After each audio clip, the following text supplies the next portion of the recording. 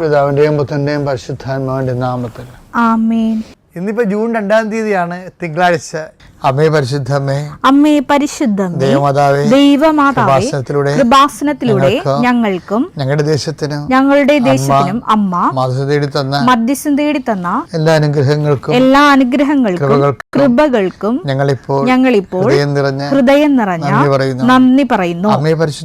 അമ്മേ പരിശുദ്ധമേ, ദൈവമാതാവേ, 2004 ഡിസംബർ 7 തീയതി ഉച്ചകഴിഞ്ഞ് 2:30 കൃപാസനത്തിൽ സംഭവിച്ച അമ്മയുടെ പ്രത്യക്ഷപ്പെടലിനെ കുറിച്ച് തിരുസഭയ്ക്ക് സമർപ്പിച്ചിരിക്കുന്ന പഠനരേഖകളുടെ മേൽ സഭാത്മകമായ പഠനം ആരംഭിക്കുവാൻ ഞങ്ങൾ പ്രാർത്ഥിക്കുന്നു.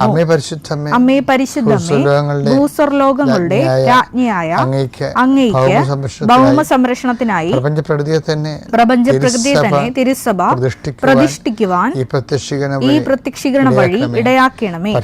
പരിശുദ്ധമ്മേ, ജപമാല മാതാവേ, സകല കൃപാസനം പ്രാർത്ഥനകളോടും ചേർത്ത് ഞങ്ങളിപ്പോൾ പ്രാർത്ഥിക്കുന്ന ഈ കുടുംബത്തിന്റെ പ്രത്യേക നിയോഗം പറമക്കളെ.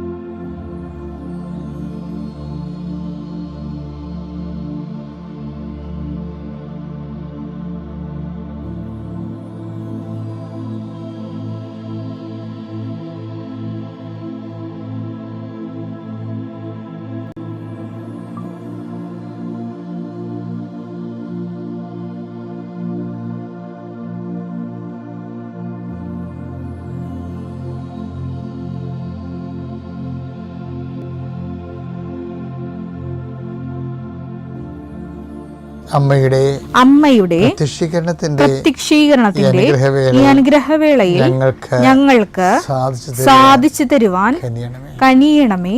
വിശ്വാസ പ്രമാണം. സർവശക്തനായ പിതാവും ആകാശത്തിന്റെയും ഭൂമിയുടെയും സൃഷ്ടാവുമായ ദൈവത്തിൽ ഞാൻ വിശ്വസിക്കുന്നു. അവിടുത്തെ ഏകപുത്രനും ഞങ്ങളുടെ കർത്താവുമായ ഈശോമിശിഹായിലും ഞാൻ വിശ്വസിക്കുന്നു. ഈ പുത്രൻ പരിശുദ്ധാത്മാവിനാൽ ഗർഭസ്ഥനായി കന്യകാമറിയത്തിൽ നിന്ന് പിറന്ന് പൊന്തിയോസ് പീലാത്തോസിന്റെ കാലത്ത് പീഡകൾ സഹിച്ച് കുരിശിൽ തറയ്ക്കപ്പെട്ട് മരിച്ച് അടക്കപ്പെട്ട് പാതാളങ്ങളിൽ ഇറങ്ങി മരിച്ചവരുടെ ഇടയിൽ നിന്ന് 3-ാം നാൾ ഉയർത്ത് സ്വർഗത്തിലേക്ക് എഴുന്നള്ളി സർവശക്തിയുള്ള പിതാവായ ദൈവത്തിന്റെ വലതുഭാഗത്തിരിക്കുന്നു. അവിടെ നിന്ന് ജീവിക്കുന്നവരെയും മരിച്ചവരെയും വിധിക്കുവാൻ വരുമെന്നും ഞാൻ വിശ്വസിക്കുന്നു. പരിശുദ്ധാത്മാവിലും ഞാൻ വിശ്വസിക്കുന്നു.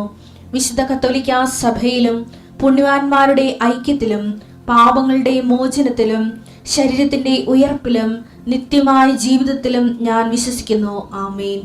സുഖസ്ഥനായ ഞങ്ങളുടെ പിതാവേ, അങ്ങയുടെ നാമം പൂജിതമാകണമേ. അങ്ങയുടെ രാജ്യം വരണമേ. അങ്ങയുടെ തിരുമനസ് സ്വർഗത്തിലെ പോലെ ഭൂമിയിലും ആകണമേ. അന്നു വേണ്ടുന്ന ആഹാരം ഇന്ന് ഞങ്ങൾക്ക് തരണമേ. ഞങ്ങളോട് തെറ്റ് ചെയ്യുന്നവരോട് ഞങ്ങൾ ക്ഷമിക്കുന്നത് പോലെ ഞങ്ങളുടെ തെറ്റുകൾ ഞങ്ങളോടും ക്ഷമിക്കണമേ. ഞങ്ങളെ പ്രലോഭനത്തിൽ ഉൾപ്പെടുത്തരുതേ, തിന്മയിൽ ഞങ്ങൾ രക്ഷിക്കണമേ. ആമേൻ. നന്മ നിറഞ്ഞ മറിയമേ, സ്വസ്തി. കർത്താവ് അങ്ങയുടെ കൂടെ സ്ത്രീകളിൽ അങ്ങ് അനുഗ്രഹിക്കപ്പെട്ടവളാകുന്നു. അങ്ങയുടെ ഉദരത്തിൻ ഫലമായ ഈശോ അനുഗ്രഹിക്കപ്പെട്ടവനാകുന്നു. പരിശുദ്ധ മറിയമേ, തമ്പുരാന്റെ അമ്മേ, പാപികളായ ഞങ്ങൾക്ക് വേണ്ടി ഇപ്പോഴും ഞങ്ങളുടെ മരണസമയത്തും തമ്പുരാനോട് അപേക്ഷിക്കണമേ. ആമേൻ. എൻ്റെ കർത്താവിന്റെ ഉന്നതമായ നാമത്തിൽ, സഭയുടെ അധികാരത്തിൽ, കുരിശിന്റെ അടയാളത്തിൽ 39 വർഷം ഞാൻ അർപ്പിച്ച കൃപാനയുടെ യോഗ്യതയാൽ കൃപാസനത്താര ജീവനോടെ പ്രത്യക്ഷപ്പെട്ട പരിശുദ്ധ അമ്മയുടെ മാധ്യസ്ഥത്തിലെ ലോകമെമ്പാടും പ്രാർത്ഥന കൂടുന്ന എല്ലാ മക്കളെയും ഞാൻ ആശീർവദിക്കുന്നു. പരീക്ഷ എഴുതുന്നവരെ, റിസൾട്ട് നോക്കാൻ പോകുന്നവരെ, നോക്കുന്നവരെ കർത്താവരുടെ മനസ്സിന് ഭാരമില്ലാതെ ലളിതമായ ഒരു സന്തോഷത്തോടെ ഇരിക്കാനും ഉന്നതമായ വിജയം കൈവരിക്കാൻ ഇടയാക്കാൻ പ്രാർത്ഥിക്കുന്നു. ഈ പ്രാർത്ഥന കൂടുന്നവർക്കെല്ലാം കർത്താവിൻ്റെ സമാധാനം അവകാശമാകുകയും ഓഹരിയാകുകയും ചെയ്യട്ടെ. നിത്യപിതാവും പുത്രനും പരിശുദ്ധാത്മാവുമായ സർവ്വീശ്വരൻ എന്നേക്കും. ആമേൻ. ഇന്നലെ നമ്മൾ പറഞ്ഞത് അറിവാണ് ആത്മവിശ്വാസം നമുക്ക് നൽകണത്. അടിത്തറ ആത്മവിശ്വാസമാണ് നമുക്ക് ആത്മധൈര്യം നൽകണത്. പഴയ നിയമത്തിലും പുതിയ നിയമത്തിലും ലീഡേഴ്സിനുണ്ടായിരുന്നത് എന്താണ്? അവരെക്കുറിച്ചുള്ള ദൈവത്തിൻ്റെ അറിവാണെന്ന് പറഞ്ഞു. അത് എനിക്ക് ഇപ്പം നമ്മൾ ഇന്നലെ പറഞ്ഞില്ലേ, എത്രയേഴ് പുറപ്പാട് 33-17 പറഞ്ഞില്ലേ ഇന്നലെ? എന്താണ്? എനിക്ക് നിന്നെ നന്നായി അറിയാം, നീ എൻ്റെ പ്രീതി നേടിയിരിക്കുന്നു എന്നുള്ളതാണ്. അതുപോലെ തന്നെ ഒരാളാണ് പുതിയ നിയമത്തിൽ ലീഡർ. ആര്? പത്രോസ്. പത്രോസിൻ്റെ എങ്ങനെയാണ്? പത്രോസിനെ ഉദ്യമങ്ങൾ കർത്താവ് മിഷൻ ഏൽപ്പിക്കുമ്പോൾ കർത്താവ് ചോദിക്കുന്ന ഒരു ചോദ്യം എന്താണ്? എനിക്ക് നിന്നെ അറിയാം എന്നുള്ള ഒരു പോയിന്റിലേക്ക് പതുക്കെ പത്രോസിനെ കൊണ്ടുപോകണുണ്ട്. എന്താണ്? യോനായുടെ പുത്രനായ ശിമയോനെ, നീ ഇവരെക്കാൾ അധികമായി എന്നെ സ്നേഹിക്കുന്നുവോ? 1-ാം വട്ടം ചോദിച്ചു, 2-ാം വട്ടം ചോദിച്ചു, 3-ാം വട്ടം ചോദിച്ചിട്ട് ഈ മുനമ്പിലെത്തിക്കും. എങ്ങനെയാണ്? അപ്പോൾ പത്രോസ് പറയും, കർത്താവേ, അങ്ങയ്ക്ക് എല്ലാം അറിയാം. അതായത് പത്രോസിനെക്കുറിച്ച്, മോസസിനെക്കുറിച്ച് ദൈവം പറഞ്ഞതുപോലെ തന്നെയാണ് ഇപ്പോൾ പത്രോസിനെക്കുറിച്ചും പറയണത്. യോഹന്നാൻ 21:17 അവൻ 3-ാം പ്രാവശ്യവും അവനോട് ചോദിച്ചു, യോഹന്നാന്റെ പുത്രനായ ശിമയോനെ, നീ എന്നെ സ്നേഹിക്കുന്നുവോ? തന്നോട് 3-ാം പ്രാവശ്യവും നീ എന്നെ സ്നേഹിക്കുന്നുവോ എന്ന് അവൻ ചോദിച്ചതുകൊണ്ട് പത്രോസ് ദുഃഖിതനായി. അവൻ പറഞ്ഞു, കർത്താവേ, നീ എല്ലാം അറിയുന്നു, ഞാൻ നിന്നെ സ്നേഹിക്കുന്നുവെന്നും നീ അറിയുന്നു. അതായത് നീ എല്ലാം അറിയുന്ന വെച്ചാൽ ഈശോയ്ക്കും പത്രോസിനും മാത്രം അറിയാവുന്ന പത്രോസിൻ്റെ ജീവിതത്തിൽ ഒരു എല്ലാം ഉണ്ട്, മറ്റുള്ളവർക്ക് അറിയാൻ പാടില്ലാതിരുന്നത്. ഇതുതന്നെയാണ് നീ എൻ്റെ ചെമ്മരിയാടുകളെ മേയ്ക്കുക, നീ എൻ്റെ കോലാടുകളെ മേയ്ക്കുക, പിന്നെ അധികാരം കൊടുക്കാൻ കാരണം. മോസസിനും അത് തന്നെയാണ് അധികാരം കിട്ടാൻ കാര്യം. എന്താണ്?